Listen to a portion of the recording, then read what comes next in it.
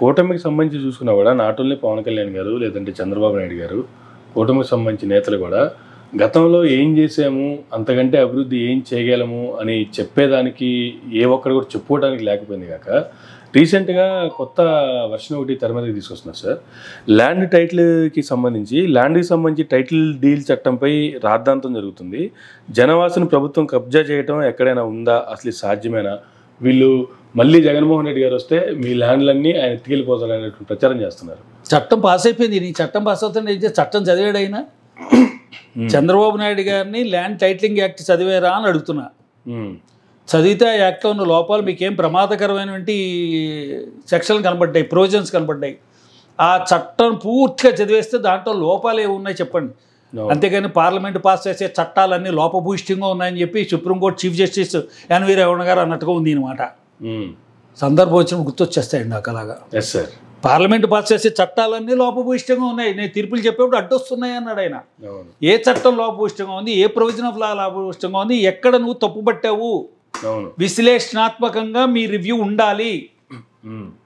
అంతేగా చట్టంలో ఎక్కడ లోపం ఉంది, ఎక్కడెక్కడ రైతుల యొక్క హక్కులు నష్టం పడతాయి, రైతులు కాదు భూ హక్కుదారుల యొక్క హక్కులు ఎక్కడ భంగం కలుగుతాయి అని స్పష్టంగా స్పెసిఫిక్గా చెప్పగలగాలి, చెప్పాలి. అసలు చట్టం చదవకుండా చట్టంలో లోపాలు ఏమిటో తెలియకుండా ఒక జనరల్ కమెంట్ ఒకటి పాస్ చేసేద్దాం, ప్రజలందరూ కూడా నిజమేమో ఈ చట్టాన్ని ఆక్షేపించాను కాబట్టి నన్ను జైల్లో వేశారు, ఆ వివేకానంద హత్య కేసు గురించి నేను మాట్లాడాను కాబట్టి నన్ను జైల్లోకి ఎత్తిపోయేశారు, ఒకసారి జైలు వేసినందుకు ఎక్కడ అసలు కారణం లేదు. ఎఫ్ఐఆర్లో ఈ స్కిల్ డెవలప్మెంట్ కార్పొరేషన్ యొక్క అవినీతి గురించి నా మీద కేసు పెట్టారని అక్కడ చెప్పట్లా. అసలు ఎక్కడే ఉండదు. ప్రభుత్వాన్ని ప్రశ్నిస్తున్నాం అంటే ఎత్తుకుని లోపలేస్తారు. అంతే, తప్పండి. ఇప్పుడు అసలు ఏం జరిగింది? టైటిలింగ్ యాక్ట్ను చదవకుండా టైటిలింగ్ యాక్ట్ని చదవాలి, చదివావా? పోనీ నీకు అది జ్ఞానం లేదు, నీకు ఎఫ్ఐఆర్లోనే పేరు లేదు, నన్ను ఎందుకు అరెస్ట్ చేశారన్నావు. సార్, చీఫ్ మినిస్టర్కి ఇన్ని సంవత్సరాల నుండి ఎఫ్ఐఆర్లో పేరు లేని వాడిని అరెస్ట్ చేయకూడదని ఎక్కడైనా ఉందా?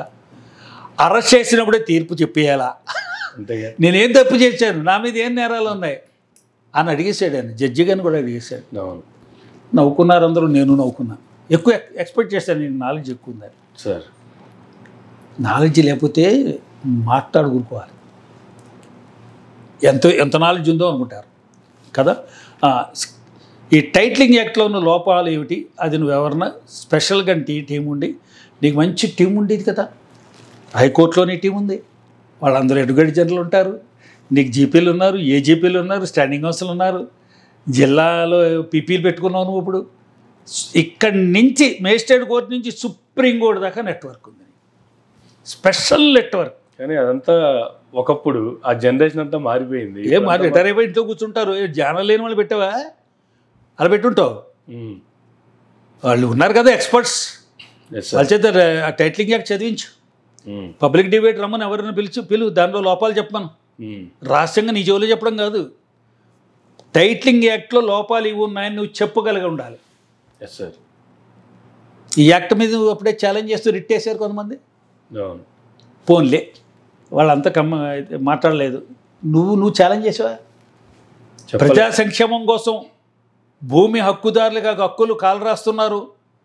ఈ భూమి మీద హక్కులన్నీ కూడా వాళ్ళు నాశనం అయిపోతున్నాయి, ఎవాపరేట్ అయిపోతాయి, ఎస్టింగ్విష్ అయిపోతాయి. అందరూ కూడా భూమి లేని పేదలు అయిపోతారు.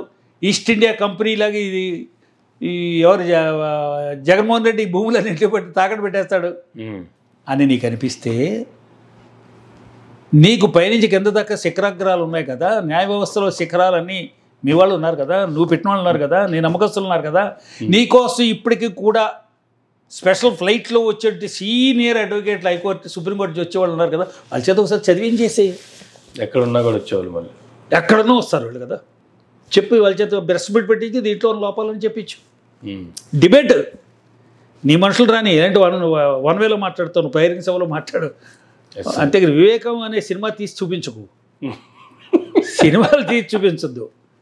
ప్రతిదానికి ఒక సినిమా అంటారు, ప్రతిదానికి ఒక సినిమా. భూ పోరాటం అని చెప్పి ఇంకో సినిమా తీస్తాడు.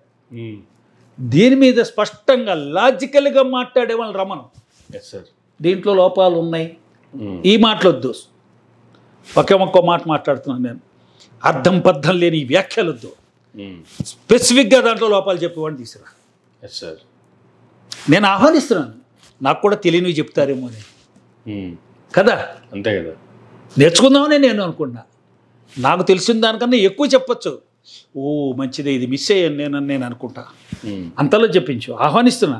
నిన్నేదో తప్పుపడ్డానికి కాదు. ముఖే సరస్వతి. Yes sir. ఆ ప్రయత్నం చేయకుండా దీంట్లో లోపాలు ఉన్నాయి నువ్వనేసు, లోపాలు ఏదో చెప్పు. ఎఫ్ఐఆర్లో పేర్లు ఏంది, నన్ను ఎందుకు అరెస్ట్ చేస్తారంటావు. నువ్వు చెప్పినప్పుడు ఎవరు నమ్మరు, నీకేం తెలియదని విషయం తెలిసిపోయింది. కాబట్టి స్పష్టంగా ఎక్స్పర్ట్స్ చేత, తెలుగుదేశం ఎక్స్పర్ట్స్ చేత, మాజీ అడ్వకేట్ జనరల్ అందరూ మీ దగ్గర ఉన్నారు, వాళ్ళందరి చేత చెప్పించు. కానీ చంద్రబాబు నాయుడు గారు ఒక గ్రేట్ విజనరీ, ముందు తరాన్ని కూడా ఆలోచింపదగినటువంటి, వాళ్ళకేం కావాలో ఇప్పుడు ఈయన ఆలోచించి మొత్తం వాళ్ళకి రెడీ చేసి పెట్టేటంత గొప్ప దార్శనికుడు అని చెప్తుంటారు కదా. అవన్నీ వ్యక్తి దార్శనికత మీద రాజ్యం నడవదండి. అయ్యో బాబోయ్, అలా నడవదు. వ్యక్తి, అతను లెజిస్లేటివ్ అసెంబ్లీలో హౌస్ లీడరు, అతని కింద మంత్రివర్గం, గవర్నర్ గారు అపాయింట్ చేశారు, సలహాలు ఇవ్వడానికి నాకు మంత్రివర్గం కావాలని. ఆ మంత్రివర్గం కింద ఎగ్జిక్యూటివ్స్ ఉన్నారు, principal secretary, chief secretary, principal secretary, joint secretary, additional secretary, వీళ్ళందరూ వాళ్ళ కింద పనిచేసే అనేక యంత్రాంగం ఉంది. పరిపాలనా యంత్రాంగం, సాధారణ పరిపాలన, ప్రత్యేక పరిపాలన, ఇవి దగ్గర కేంద్ర ప్రభుత్వం ద్వారా పరిపాలన, కొంత సంక్షేమ ప్రయోజనాలన్నీ అక్కడి నుంచి వస్తున్నాయి. ఇవాళ ఈ ఆంధ్రప్రదేశ్లో అమలు జరుగుతున్న ప్రతి సంక్షేమ పథకంలో కేంద్ర ప్రభుత్వం నిధులు ఉన్నాయి. ఆంధ్రప్రదేశ్ ఇక తెలంగాణ ఇక దేశం మొత్తం మీద అన్నీ పేదవారికి అందుతున్న, ప్రతి వ్యక్తికి అందుతున్నటువంటి నీరు మీద, భూమి మీద, ఇళ్ల స్థలాల మీద, ఇళ్ల మీద, చదువు మీద, వైద్యం మీద, సంక్షేమం అనేది ఎక్కడైనా పదం వినపడిందంటే దాంట్లో కేంద్ర ప్రభుత్వం యొక్క చెయ్యి ఉంది. కాబట్టి నువ్వు ప్రత్యేకించి నీ విజనరీ, నేనే ఏదో నువ్వు అమరావతి రాజధాని కట్టడానికి రాజమౌళి గారిని ఇట్లా లండన్ పంపించినట్టుగా ఉంటుంది. రాజమౌళి గారు సెట్టింగ్లు వేసారు. ఆ సినిమా చూసి ఈయన రాజధానికి ప్లాన్ గీయించడం వాస్తు. మీరు ఎక్స్పర్ట్ ఇంజనీర్, స్థపతి. రాష్ట్ర ప్రభుత్వంతో స్థపతులు ఉన్నారు, క్వాలిఫైడ్ స్థపతులు ఉంటారు, ఎండోమెంట్స్లో ఉన్నారు, రాజ్యం ఉన్నారు, మనకి కేంద్ర ప్రభుత్వం దగ్గర ఉన్నారు.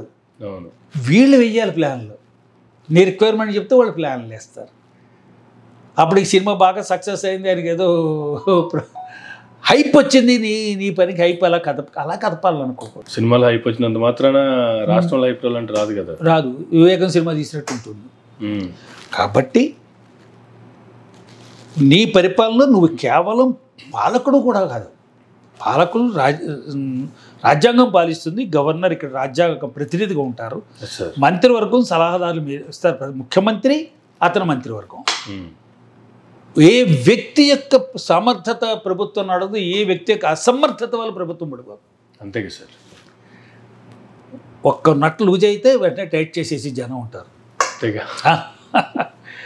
కానీ ఈ మధ్య ఏపీలో ఎస్పీలను కలెక్టర్లు మారుస్తూ ఉన్నారు. రేపు సిఎస్ డీజీపీని కూడా మారుస్తున్న ప్రచారం కూడా జరుగుతుంది. ఈసీకి ఇన్ని పవర్స్ ఉంటాయా, లేదంటే బీజేపీ చెప్పిందంటే ఈసీ అమలు చేయాల్సిందే? ఫస్ట్లో ఎన్నికలు ప్రకటించిన వెంటనే కొంతమంది మార్చారండి. డిబేట్లో ఒక ఆయన మాట్లాడుతూ మేము కంప్లైంట్ ఇచ్చాం, ట్రాన్స్ఫర్ చేయించేసాం, ఇదే గోల, నేను ట్రాన్స్ఫర్ చేయించేసానంటూ మాట్లాడుతున్నాడు. ఈ అమ్మాయికుడు నా పరిస్థితి ఎక్కడ పడిందంటే నేను అతను కూడా ఆ స్థాయికి దిగి చెప్పాలా అని.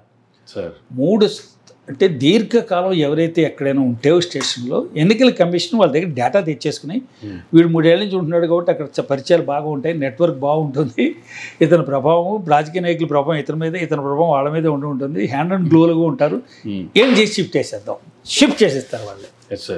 అదేదో తెలుగుదేశం ఎవరో కంప్లైంట్ ఇస్తే కాదు, అది ఈ general phenomena across the country. ఇప్పుడు ఎవరి మీద నుంచి ఆ మీద అనుమానాలు వస్తాయి. ఎందుకంటే నిఘా వర్గాలు ఉన్నాయి, ఎవరు చెప్పక్కలేదు. నిఘా వర్గాలు, ఎలక్షన్ కమిషన్కి నిఘా వర్గాలు ఉన్నాయి. ఒట్టిగా నువ్వు రాక్షసులాగా వచ్చేసారు అన్ని చోట్లకి. వ్యవస్థను తప్పు పట్టద్దు, మనం వ్యవస్థను లోపాలంటూ బాగు చేద్దాం, కాల్చేద్దాం, అగ్గిపుల్ల గీసేద్దాం అని అనొద్దు.